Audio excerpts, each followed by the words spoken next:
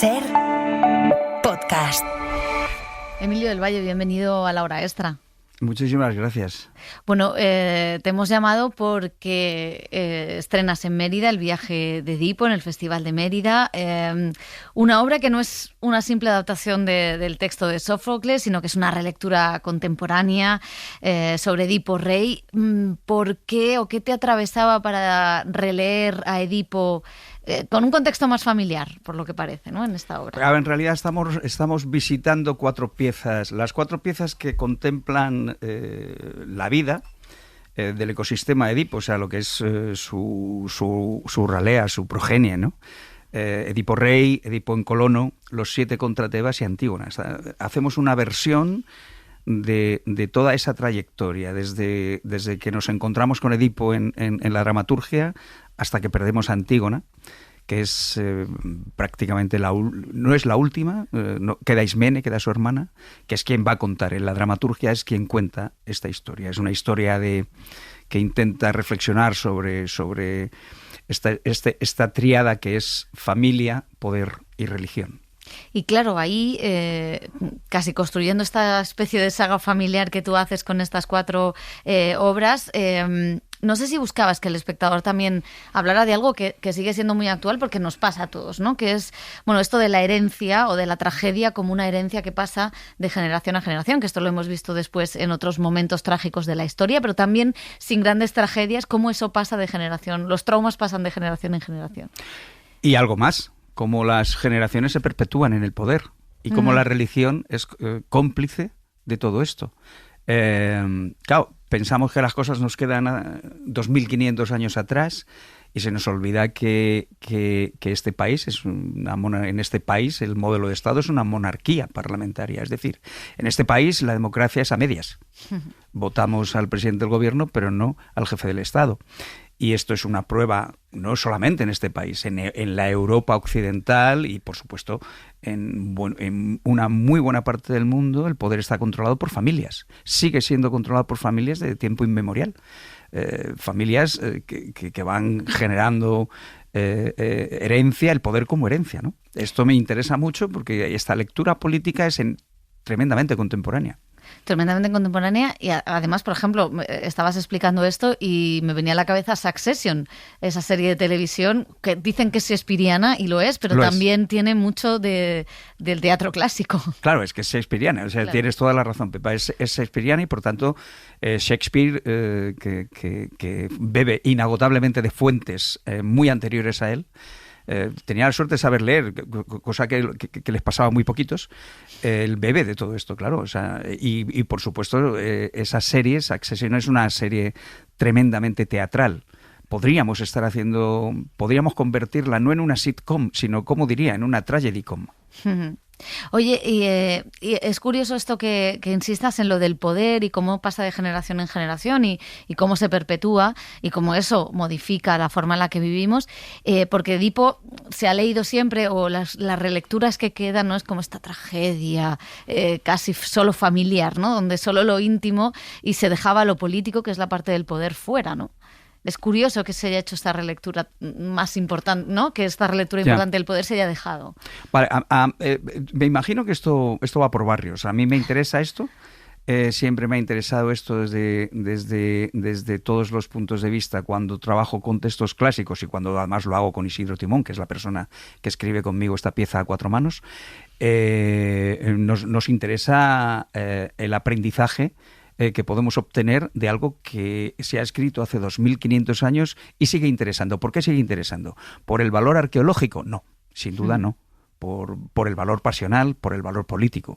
Eso sí, porque al fin y al cabo Sófocles, Esquilo, Eurípides utilizaban el teatro, entre otras cosas, para comunicarse con su sociedad. Y lo hacían con interés.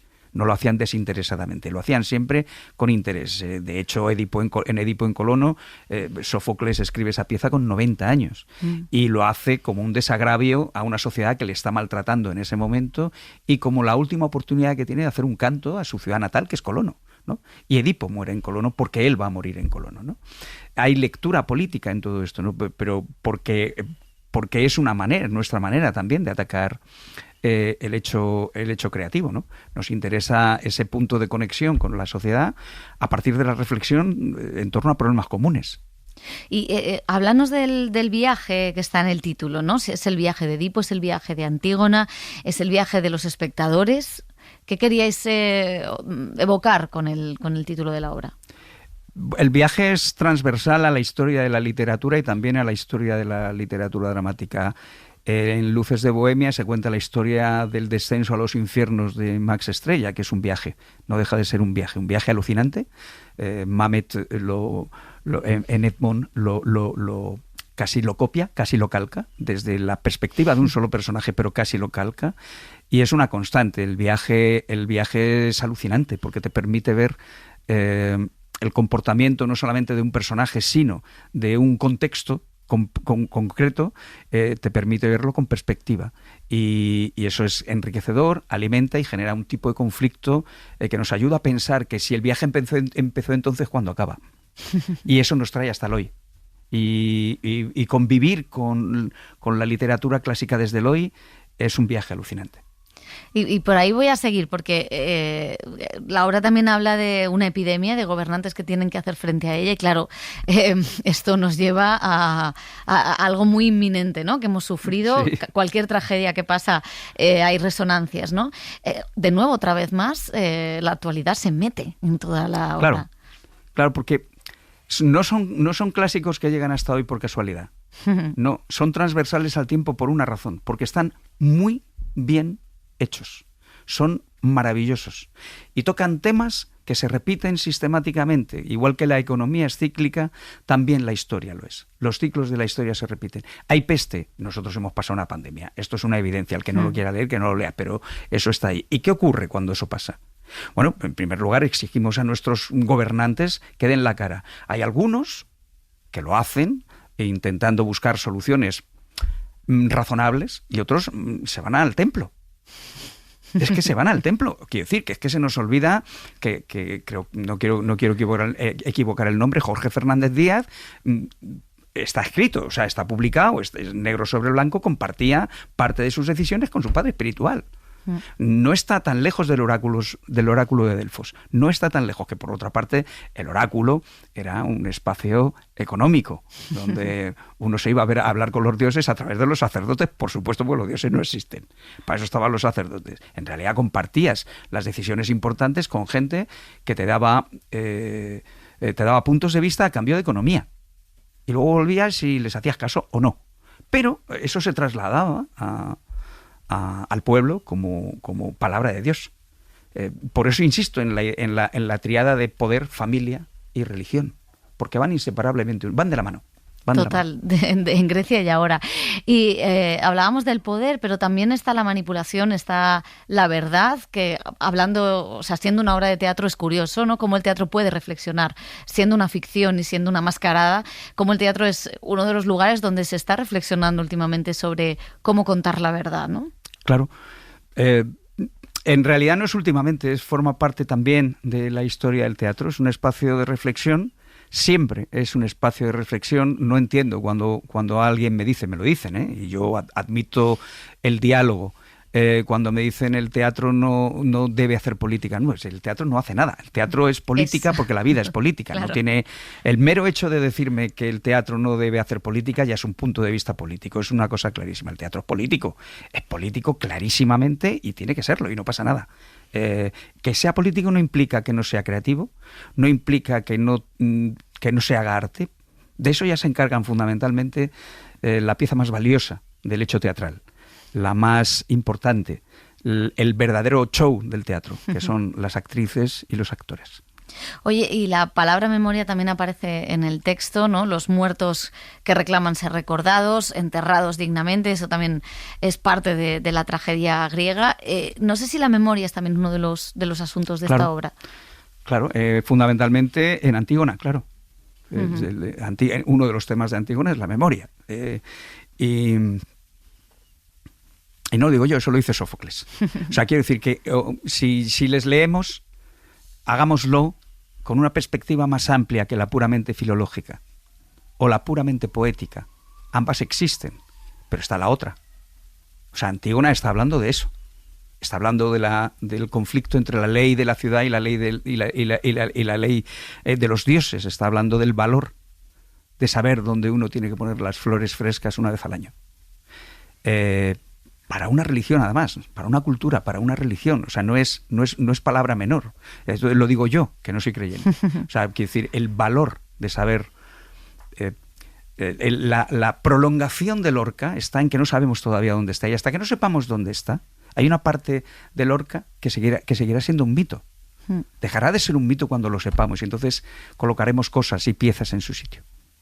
Oye, y en el caso de Antígona sí que te quería preguntar, porque el título de la obra es El viaje de Edipo, pero me da la sensación de que Antígona cobra muchísimo más protagonismo en la obra. No sé si había una intención de que este personaje emergiera. No, en realidad la pieza se divide en 6 escenas. Hay una parodos y un éxodo, que son escenas muy pequeñitas, la 1 y la 6, pero la 2 es Edipo Rey, la 3 es Edipo en Colono, la 4 es Los 7 contra Tebas y la 5 es Antígona por orden cronológico. Esa es la realidad. El final es Antígona. No solamente eso, sino que hay una lectura también de acercarnos a la contemporaneidad cada vez más según vamos pasando pieza a pieza. Cada pieza es más contemporánea que la anterior, o hay un intento. Y la última, es Antígona, es sin duda la más contemporánea, porque además es una pieza que tanto Isidro como yo conocemos muy bien, porque ya hemos elaborado esa dramaturgia cuando la preparamos para el Festival de Mérida en 2011, ¿no? El festival que dirigió Blanca Portillo.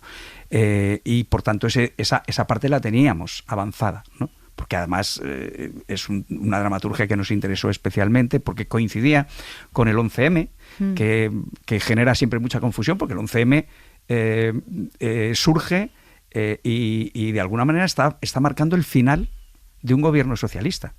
Es muy importante, porque parece que nacía en el seno de un país gobernado por el PP. No, nace en el seno de un país gobernado por el PSOE, que no se nos olvide, simplemente porque los datos tienen que estar. O sea, hay un momento en la pieza más corta, porque es más corta, objetivamente, que es Los 7 contra Tebas, en el que Eteocles, que en ese momento es el rey e impugna con su hermano, hace un discurso en el que casi literalmente dice: el que pueda hacer, que haga, sin añadir dentro de la legalidad, porque eso cambia mucho la frase, sin añadir dentro de la legalidad. Lo dice Esquilo, eso lo está diciendo Esquilo, ¿no?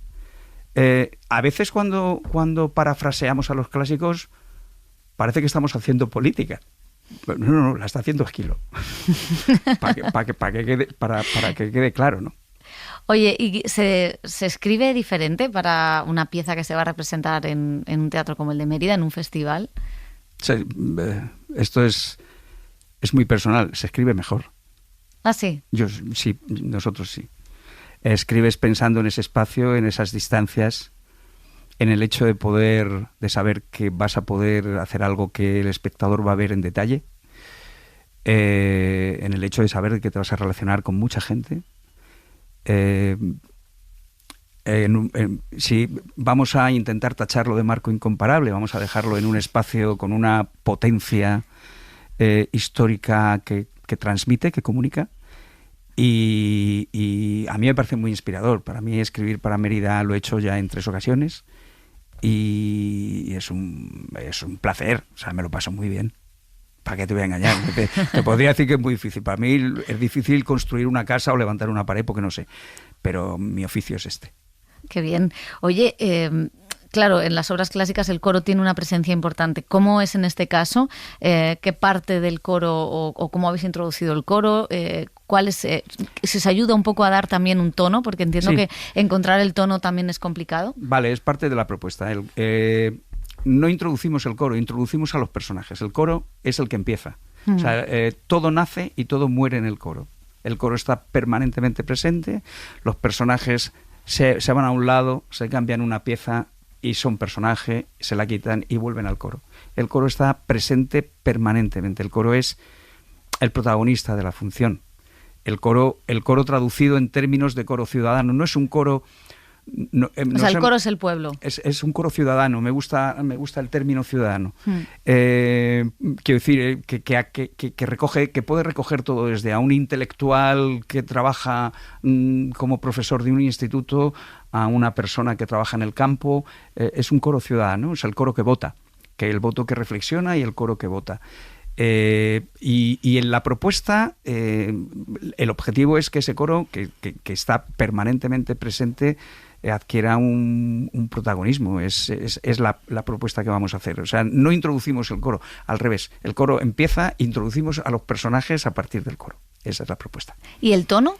¿Cómo de difícil es moldear una tragedia, pero que también haya partes más livianas? ¿Cómo se trabaja para encontrar el tono perfecto en una obra hoy en día? No sé si existe el tono perfecto, pero el tuyo está muy bien y seguro que lo has generado a partir de la experiencia. Yo creo que lo primero es tener contar con el apoyo de un reparto que sea capaz de hacer eso, y eso lo tenemos. La idea es una idea que está muy hecha, es una idea brechtiana, es decir, cómo genero rompimientos que relajan la tensión de la tragedia para luego volver a atacarla otra vez. Y vamos dándonos descansos todos, dentro del escenario y también en las cavias, en las butacas, ¿no? El coro es el que se encarga de eso, es el que tiene, el ciudadano es el que tiene el que aporta al final sentido del humor a todo este juego de la política. Oye, hay una frase que sobrevuela toda la función, que es: el poder se lleva mal con la verdad. No sé Eso lo dice Tiresias. No sé si es una de las claves del montaje o es una de las claves de la vida. Pues seguramente que tú y yo pensamos que es una de las claves de la vida y por tanto también del montaje, sí. Claro, el poder... O sea, nuestra visión de Tiresias no es la del adivino que mira la paloma y entiende cómo va a ser el futuro. Tiresias es un periodista, es un reportero de guerra que recorre el mundo, que conoce la tragedia, por tanto, y que sabe mucho no porque sea adivino, sino porque ha visto mucho. Y por tanto puede hacer lecturas rápidas, y ágiles, inteligentes y eficaces sobre lo que está pasando en el momento concreto. Y él se relaciona con el poder desde ahí, desde ese lugar que conocéis muy bien, ¿vale? Y desde ahí pues rememora batallas y a viejos compañeros perdidos en la faena. Oye, llevas mucho tiempo conviviendo con la familia Edipo. No sé, de los clásicos también se aprende. Es verdad que antes hablabas de que todo es cíclico, de que todo está en los clásicos, pero que hay que actualizarlo. Yo no sé qué has aprendido tú a lo largo de revisar estas obras. Mucho. De estas y de todas, en realidad. Me gusta contarme como un tipo que se ha ido construyendo a partir del teatro.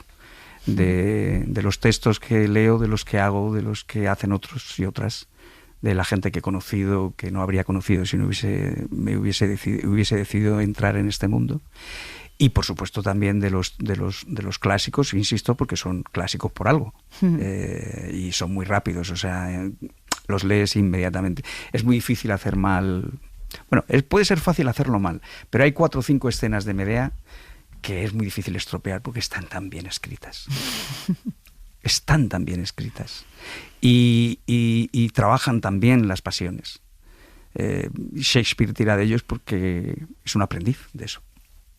Él es un aprendiz. Y nosotros de Shakespeare y de Calderón. Hombre. O sea, nosotros, claro, que de pronto Calderón se suelta una frase como que hay quien intente reinar viendo que ha de despertar en el sueño de la muerte. O sea, por Dios bendito. O sea, se puede decir más y mejor. La obra termina diciendo que la vida es memoria. Estamos en un momento histórico donde lo que se lleva es lo acelerado. No sé si crees que estamos olvidando demasiado deprisa. Bueno, espero que a este tiempo le suceda a otro de calma. Aunque solo sea porque estemos muy cansados de tanta velocidad. Sí, claro, para mí sí. Pero no sé si soy una voz autorizada, entre otras cosas, porque soy un auténtico analfabeto tecnológico. Quiero decir, no empatizo con redes sociales, no tengo nada que ver con esto.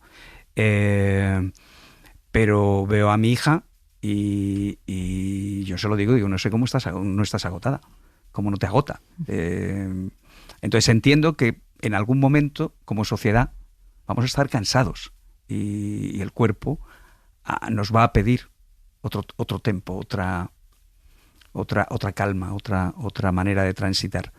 Que a mí me gusta más, pero que entiendo que probablemente a la gente más joven le guste menos. O sea, quiero decir, hace tiempo escribe Rodrigo García una pieza para nosotros que se llama Esto es así, a mí no me jodáis, y tiene una frase que dice: ya no cojo el teléfono y quedo contigo en un bar, te escribo un mail, ¿no? Esto está escrito hace, no sé, 15 años, sin WhatsApp.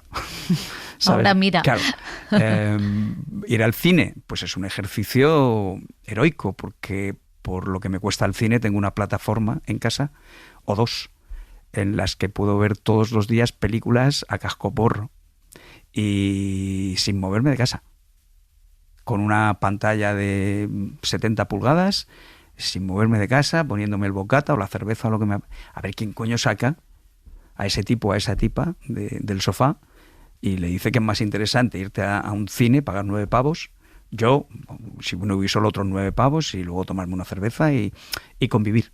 A ver cómo se explica eso. ¿Y el teatro? ¿En qué situación está en este mundo acelerado? Donde además el teatro tiene una cosa, es que lo virtual no vale para nada, ¿no? Es lo carnal, lo presencial. Claro, el teatro sobrevive porque es ahora mismo prácticamente el único hecho que se desarrolla por un ser humano aquí y ahora. Esa potencia no la tiene, la puede tener la pintura, en el sentido de que yo lo hago, pero no es colectivo. Yo lo hago, lo pongo y el que quiera va y lo ve. El teatro solamente lo puedes ver en un espacio determinado, no necesariamente en un teatro, pero en un espacio determinado. Y aquí debería entrar mi perfil, como diría, sectorial, ¿no?